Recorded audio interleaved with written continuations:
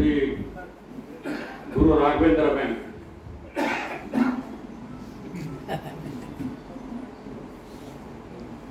ಹತ್ತು 1/2020 section 35A ಅದರ ಪ್ರಕಾರ ನಿರ್ಬಂಧ ವಿಧಿಸಲಾಯಿತು.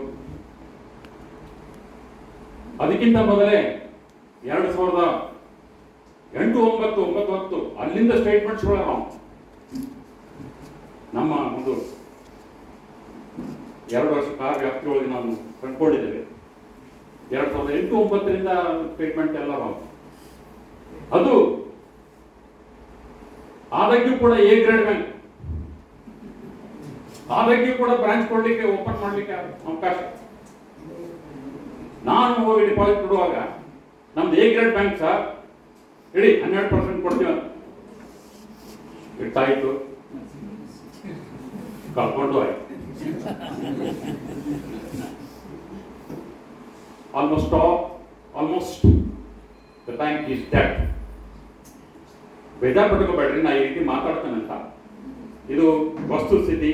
ಹೋದ ಸಲ ಅಮರ ಹೇಳಿದ್ರು ಹೋದ ಜನರಲ್ ಬಾಡಿ ಮೀಟಿಂಗ್ ನಲ್ಲಿ. ಆದ್ರೂ ಕೂಡ ನಾವು ಆಕ್ಸಿಜನ್ ಕೊಟ್ಟು ಅದೇನೋ ಒಂದು ಸ್ಟೇ ತಗೊಂಡು ಇದೇ ಹಂತದಲ್ಲಿ ಹೇಳ್ತೀನಿ, Gururaj is one of the best worker, honest worker. Really is appreciable. ಒಂದು ಪೈಸೆ ಸಂಘದ ಏನು ಖರ್ಚು ಮಾಡೋದಿಲ್ಲ ಸರ್. ಚಾ ಕುಡಿಯಕ್ಕೆ ಹೋಗ್ತೇವಲ್ಲ, ಹೋಟೆಲ್ ಕಡೆ ಹೋಗಿರ್ತೀವಿ, ಅಲ್ಲಿ ಹೋಗಿರ್ತೀವಿ, ಇಲ್ಲಿ ಹೋಗಿರ್ತೀವಿ. We will not spend a single pie from the Sangha. No, ನಮ್ಮ ಖರ್ಚಿಂದ ನಾವು ಹೋಗೋದು, ನಮ್ಮ ಖರ್ಚಿಂದ ನಾವು ಟೀ ಕೊಡೋದು. ಆ ರೀತಿ ಅವ್ರು ಮೇಂಟೈನ್ ಮಾಡ್ಕೊಂಡು ಬಂದಿದ್ದಾರೆ. ರಿಯಲಿ ಅಪ್ರಿಷಿಯಬಲ್ ಅಂತ 100 ಜನ ಇಲ್ಲಿ ಸಿಗ್ತಾರೆ ಅಂತಂದ್ರೆ ವಂಡರ್ಫುಲ್. ಸೊ ನಾವು ಎಲ್ಲ ಹೋಗ್ತೀವಲ್ಲ, ಯಾವ್ದಾರ ಒಂದು ದಾರಿ ತೆಗಿಬೇಕಂತಂದ್ರೆ ಅದೆಲ್ಲ ಕ್ಲೋಸ್. ಹೇಳ್ತೇನೆ 2008, 2009ರಿಂದ ನೀವು 2023, 24, 25, 26 ಅಲ್ಲಿ ಎಲ್ಲ ಸ್ಟೇಟ್ಮೆಂಟ್ ರಾಂಗ್.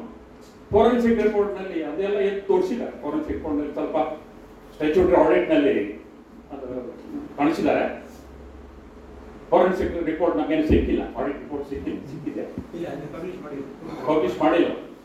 ಡೊಮೇನ್ ಒಳಗೆ ಬಂದಿಲ್ಲ, ಅದು ಕಾನ್ಫಿಡೆನ್ಷಿಯಲ್ ಅಂತ ಹೇಳ್ತಾರೆ. ಅದಕ್ಕೂ ಕೂಡ ಸ್ಟ್ಯಾಚ್ಯೂಟರಿ ಆಡಿಟರ್ ಕೆಲವು ಆಯ್ದ ಭಾಗಗಳನ್ನು ಹಾಕಿದ್ದಾರೆ. ಈ ನಮೂನೆ ಅದರಲ್ಲಿ ವ್ಯತ್ಯಾಸ ಕಂಡು ಬರ್ತದೆ. ಇಷ್ಟು ದುಷ್ಟಸ್ಥಿತಿಗಳು ಅದರಲ್ಲಿ ಕೈ ಆಡಿಸಿದ್ದಾರೆ. ಆ ಬ್ಯಾಂಕ್ನಲ್ಲಿ ಏನೇನು ಉಳಿದಿಲ್ಲ. ಇದು ಉತ್ಪ್ರೇಕ್ಷೆ ಅಲ್ಲ, ನಾವು ಓದ್ಕೊಂಡಿದ್ದೀವಿ. ಸ್ಟ್ಯಾಚ್ಯೂಟರಿ ರಿಪೋರ್ಟ್, ಆಡಿಟ್ ರಿಪೋರ್ಟ್ ನಾವು ಓದಿದ್ದೀನಿ. ಹೀಗಾಗಿ ಏನ್ ಮಾಡ್ಬೇಕು ಇವಾಗ? ಹೇಗೆ ರಿವೈವ್ ಮಾಡ್ಬೇಕು ಇದನ್ನ? 450 ಜನ ತಿರ್ಕೊಂಡು ಹೋದ್ರು ಅಂತ ಹೇಳಿದ್ರು. ಇವ್ರಿಗೆ ಯಾರಿಗೂ ಕರುಣೆ ಇಲ್ವಾ? RBI ಅಂತೂ ನಮ್ಗೆ ಡೆಡ್ ಅಗೇನ್ಸ್ಟ್ ನಾವು ಯಾವಾಗ ಅದನ್ನು ಕ್ಲೋಸ್ ಮಾಡಿಬಿಡ್ತೀವಿ ಅಂತ ಕೂತ್ಕೊಂಡಿದ್ದಾರೆ. ಫಾರ್ಚುನೇಟ್ಲಿ ಗುರುರಾಜ್ ಅಂತ ಅವರು ಸ್ಟೇ ತಗೊಂಡ್ ಬಂದಿದ್ದಾರೆ, ಪ್ರೆಸಿಡೆಂಟ್ ಅಂತ ಅವರು ಹೋಗಿ ಸ್ಟೇ ತಗೊಂಡ್ ಬಂದಿದ್ದಾರೆ. ಲೈಸೆನ್ಸ್ ಕ್ಯಾನ್ಸಲ್ ಮಾಡಬಾರ್ದು ಅಂತ ತಿಳ್ಕೊಂಡು, ಬ್ಯಾಂಕಿಂಗ್ ಲೈಸೆನ್ಸ್ ಕ್ಯಾನ್ಸಲ್ ಮಾಡಬಾರ್ದು ಅಂತ ತಿಳ್ಕೊಂಡು ಏನು ಉಳ್ಕೊಂಡಿದೆ. ಅದೇ ಹೇಳ್ತಾರೆ ಆಕ್ಸಿಜನ್ ಹಾಕಿ ಉಳಿಸಿದ್ದೀವಿ ಅಂತ. ಅದನ್ನ ಬಿಟ್ರೆ ಅದೊಂದು ಇವತ್ತು ವೆಕೆಟ್ ಆದ್ರೆ ನಾಳೆ ಲಿಕ್ವಿಡೇಷನ್ ಹೋಗ್ಬಿಡುತ್ತೆ.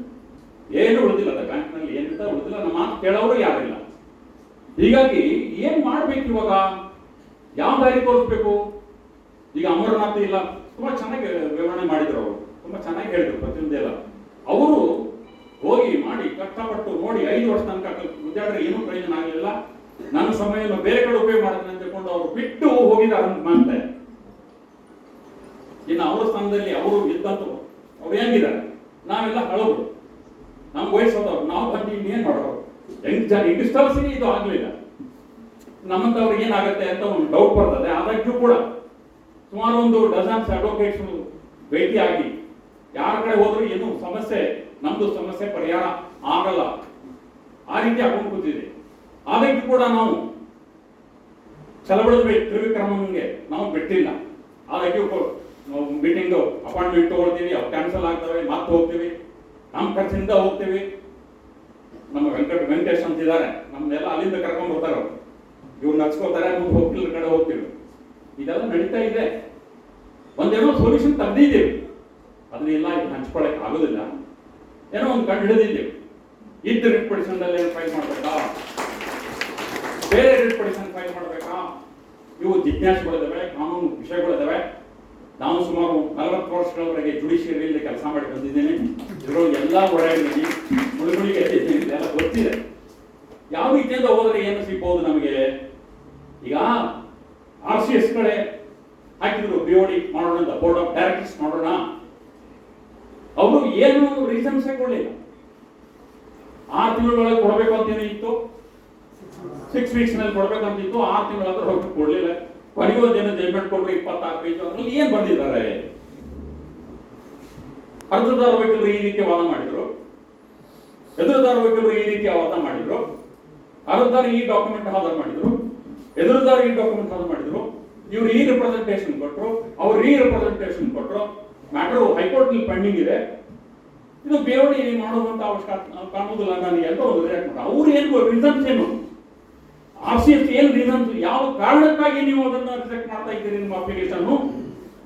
ಅವ್ರ ಮುಂದೆ ಹೋಗಿ ಹೇಳಿದ್ರೆ ಅವ್ರದ್ದು ಒಂಥರ IAS ಆಫೀಸರ್ಗಳು ನಮ್ಮ ಪರವಾಗಿ ಜಡ್ಜ್ಮೆಂಟ್ ಬರಲಿಲ್ಲ. ಬಂದರೂ ಸಹಿತ ಅಲ್ಲೊಂದು ನಮಗೆ ಬಾಟಲ್ ನೆಕ್ ಇದೆ. ಬಂದ್ರೆ share holders board of directors ಆಗ್ತಾರೆ, ಠೇವಣಿದಾರ ಆಗುದಿಲ್ಲ.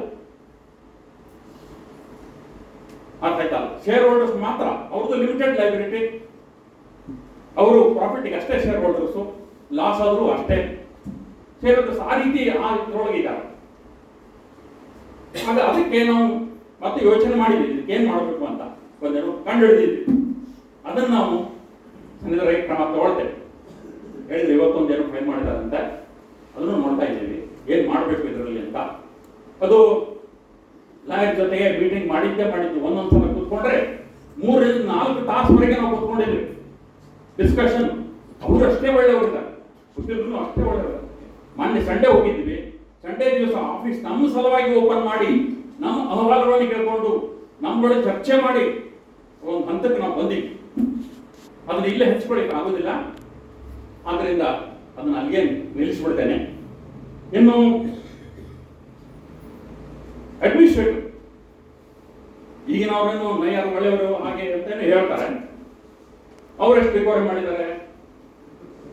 3 ಕೋಟಿನ ಸಾಲು 24 ಕೋಟಿ ಅಂತ ಎಲ್ಲಿ ಜುಜ್ಬೆ ಏನೂ ಆಗಲ್ಲ. ನಮಗೂ ಬೇಕಾಗಿರೋದು 500 ಕೋಟಿ ಕಿಂತ ಮೇಲ್ಪಟ್ಟು. ಹೇಗೆ ಕೂಡಿಸೋದು ಇದನ್ನ? ಇದು ಅಸಾಧ್ಯ ಮಾತಿದೆ. ಇಷ್ಟಾಗಿ ನಾವು ಪ್ರಪೋಸಲ್ ಇಡ್ತಾ ಇದ್ದೇವೆ, ಕೆಲವೊಂದು ಬೇರೆ ಪ್ರಪೋಸಲ್ ಇದೆ, ಅದನ್ನೆಲ್ಲ ಇಲ್ಲಿ ಹೇಳಿಕ್ಕೆ ಆಗುದಿಲ್ಲ. ಆದಾಗ್ಯೂ ಕೂಡ ಅಡ್ಮಿನಿಸ್ಟ್ರೇಟರ್ ರಿಕವರಿ ಮಾಡದ ಅಂತ ಹೇಳ್ತಾರೆ, ಕನ್ವೀನಿಯಂಟ್ ಇದೆ ಅಂತ ಹೇಳ್ತಾರೆ. ಆಟೋಮೆಟಿಕ್ ಕನ್ವೀನಿಯಂಟ್ ನನಗೆ ಅನಿಸೋದಿಲ್ಲ. ಬಟ್ ಯಾರೇ ಆಗಲಿ, RBI ಆಗಲಿ, ಅಡ್ಮಿನಿಸ್ಟ್ರೇಟರ್ ಆಗಲಿ, ಯಾರೇ ಆಗಲಿ, ಸ್ಟೇಟ್ಮೆಂಟ್ ಆಫ್ ಅಕೌಂಟ್ಸ್ ಬಿಟ್ಟು ಹೋಗ್ಲಿಕ್ಕೆ ಸಾಧ್ಯವೇ ಇಲ್ಲ. ಅದನ್ನ ನಾವು ಡಿಸ್ಪ್ರೂವ್ ಮಾಡ್ಬೇಕಂದ್ರೆ ಹೇಗೆ? ನಾವು ಅಧಿಕಾರಕ್ಕೆ ಬಂದಾಗ ಮಾಡ್ಲಿಕ್ಕೆ ಸಾಧ್ಯ. ನಾವು ಅಧಿಕಾರಕ್ಕೆ ಬಂದ್ರೆ ಅದನ್ನ ಮಾಡ್ಲಿಕ್ಕೆ ಸಾಧ್ಯ ಇದೆ. ಅಲ್ಲಿವರೆಗೆ ಇದನ್ನೇ ಹೇಳೋರು ಯಾರು ನೋಡ್ಲಿಕ್ಕೆ ರೆಡಿ ಇಲ್ಲ. ಫಾರೆನ್ಸಿಕ್ ಆಡಿಟ್ ಮಾಡಿದ್ರು, ಅದು ಹೀಗೆ ಅದೇ ರಿಪೋರ್ಟ್ ಬಂತು. ನಮ್ಗೇನೋ ಒಂದು ಆಸೆ ಇತ್ತು, ಏನೋ ಒಂದು ಸಿಕ್ಕೋದು ಅಂತ, ಅದು ಹಂಗೆ ಆಗಿ ಕೊನೆಗೆ ಇಂಥ ಪರಿಸ್ಥಿತಿ ಇದೆಯಲ್ಲ ಬ್ಯಾಂಕ್ನಲ್ಲಿ. ಮಾರ್ಟ್ಗೇಜ್ ಮಾಡ್ಕೊಂಡಂತಹದ್ದು ಆಸ್ತಿಗಳ ಬಗ್ಗೆ ಅವರು ಒಂದು ರಿಜಿಸ್ಟರ್ ಮೇಂಟೈನ್ ಮಾಡಬೇಕು, ದಾಖಲೆ ಪತ್ರಗಳನ್ನು ಇಟ್ಕೊಳ್ಬೇಕು. ರಿಜಿಸ್ಟರ್ ಇತ್ತು ಅಂತ ಹೇಳ್ತಾರೆ, ಅದು ಇಲ್ಲ. ದಾಖಲೆ ಪತ್ರಗಳು ಇತ್ತು ಅಂತ ಹೇಳ್ತಾರೆ, ಓ ಇಲ್ಲ. ಎಲ್ಲಿ ಹೋದು? CID ಅವರು ಸೀಸ್ ಮಾಡಿದ್ರು ಅಂತ ಹೇಳ್ತಾರೆ. ಎಷ್ಟು ಸೀಸ್ ಮಾಡಿದ್ರು ಗೊತ್ತಿಲ್ಲ, ಎಷ್ಟು ಬ್ಯಾಂಕ್ ಮೇಲೆ ಉಳಿದು ಗೊತ್ತಿಲ್ಲ. ಮತ್ತೆ ಎಷ್ಟು ಅಂದ್ರೆ ಹೆಲ್ಪ್ ಮಾಡಿದ್ರೆ ನೋಡ್ಬೇಕು, ಏನ್ ಮಾಡ್ಬೇಕು ಅದಕ್ಕೆ ಗೊತ್ತಿಲ್ಲ. ಇಂತಹ ಸಂದಿಗ್ಧ ಪರಿಸ್ಥಿತಿಯಲ್ಲಿ ನಾವಿದ್ದೀವಿ. ಆದಾಗ್ಯೂ ಕೂಡ ನಾವು ನಮ್ಮ ಅಧ್ಯಕ್ಷರು ಹೇಳಿದಂಗೆ ನಾವು ಆಸೆ ಬಿಟ್ಟಿಲ್ಲ. ಸ್ಟಿಲ್ ಇಟ್ ಇಸ್ ದೇರ್, ಬಿಡೋದ್ರೂ ಇಲ್ಲ, ತೆಗಿತೀವಿ. ಅದು ಇಲ್ಲಿ ಹಂಚ್ಕೊಳ್ಳಿಕ್ಕೆ ಆಗೋದಿಲ್ಲ. ಅದು ಬೇರೆ ಫೋರಮ್ನಲ್ಲಿ ಮಾಡ್ತೀವಿ, ಅದ್ರ ಏನು ಮಾಡೋದು ಮಾಡ್ತೀವಿ. ಯಾಕಂದ್ರೆ ಮತ್ತು ಬೇರೆ ಜನರು ಅಲರ್ಟ್ ಆಗಿಬಿಡ್ತಾರೆ. ಆಮೇಲೆ ಇದೇ ರೀತಿ ಅಂದ್ರೆ ಏನ್ ನಮಗೆ ಸಿಗ್ಬೋದು? DICGC ಅಂತ ಹೇಳಿದ್ರು. ಇನ್ನೊಂದು DICGC ಬಂದ್ರೆ ಎಂದೆಂದೂ ರಿವೈವ್ ಆಗೋದಿಲ್ಲ ಬ್ಯಾಂಕ್. ಒಬ್ರು ಯಾರೇ ಹೇಳಿದ್ರು, ನೀವು DICGC ಬಂತು ಎಲ್ಲರಿಗೆ 5,00,000 ರೂಪಾಯಿ ಕೊಟ್ಟರು, ನೀವು ತಗೋಬಾರ್ದಾಗಿತ್ತು, ಹಾಗೆ ಉಳ್ಕೊಂಡಿದ್ರೆ ಅದು ಬ್ಯಾಂಕ್ ರಿವೈವ್ ಆಗಬಹುದಾಗಿತ್ತೇನೋ ಅಂತ ಒಂದು ಕೆಲವು ಜನ ಹೇಳ್ತಾ ಇದ್ದಾರೆ. ಈಗ ಇರುವಂತಹ ಏನು ಅಮೌಂಟ್ ಇದೆ ಅದನ್ನು ನಮಗೆ ಕೊಡಿ ಅಂತ DICGC ಅವರು ಬೆನ್ನತ್ತಿದ್ದಾರೆ. ಈಗ ಅವರು ಅಮರನಾಥ್ ಹೇಳಿದಂಗೆ ಅದು ಇನ್ಶೂರೆನ್ಸ್ ಕಂಪನಿನ ಅಂತ ನಾವು ಟ್ರೀಟ್ ಮಾಡುವಂಥದ್ದು. ವಾಪಸ್ ಕೊಟ್ಟರೆ ಇನ್ನೇನಾಗುತ್ತೆ, ಅದು ಅರ್ಥ ಇಲ್ಲ ಅದಕ್ಕೆ. ಸಾಲ ಕೊಟ್ಟಂಗೆ ಆಗ್ತದೆ, ಅದು ಕೊಡಕ್ಕೆ ಆಗುದಿಲ್ಲ ಅಂತ ನಮ್ಮ ವಾದ ಇದೆ. ಅದರಂತೆ ಈ RBI ಇನ್ನೊಂದು DICCC ಮಾಡಿಬಿಟ್ರೆ ಎಂದೆಂದೂ ಉದ್ಧಾರ ಆಗೋದಿಲ್ಲ ನಮ್ಮ ಬ್ಯಾಂಕ್. ಆ ಪರಿಸ್ಥಿತಿ ಬಂದು ನಿಂತ್ಕೊಳ್ತದೆ. ಏನೋ ಒಂದು ಕಷ್ಟಪಡ್ತಾ ಇದ್ದೀವಿ, ಒಂದು ಹಂತಕ್ಕೆ ಬಂದಿದೆ, ಅದನ್ನೇನೋ ಮಾಡ್ತೀವಿ, ಅದೊಂದು ರೇ ಆಫ್ ಹೋಪ್ ಇದೆ, ಅದನ್ನು ಬಿಡೋದಿಲ್ಲ, ಅದನ್ನು ಕೊನೆಗಾಣಿಸ್ತೀವಿ. ನಿಮ್ಮೆಲ್ಲರ ಸಹಕಾರ, ಒಂದು ಪ್ರೀತಿ ವಿಶ್ವಾಸ ನಮಗಿದ್ರೆ ಏನೋ ಒಂದು ಮಾಡಿ ತೋರಿಸ್ತೀವಿ, ಹಾಗೇನು ಬಿಡೋದಿಲ್ಲ. ನಮಸ್ಕಾರ.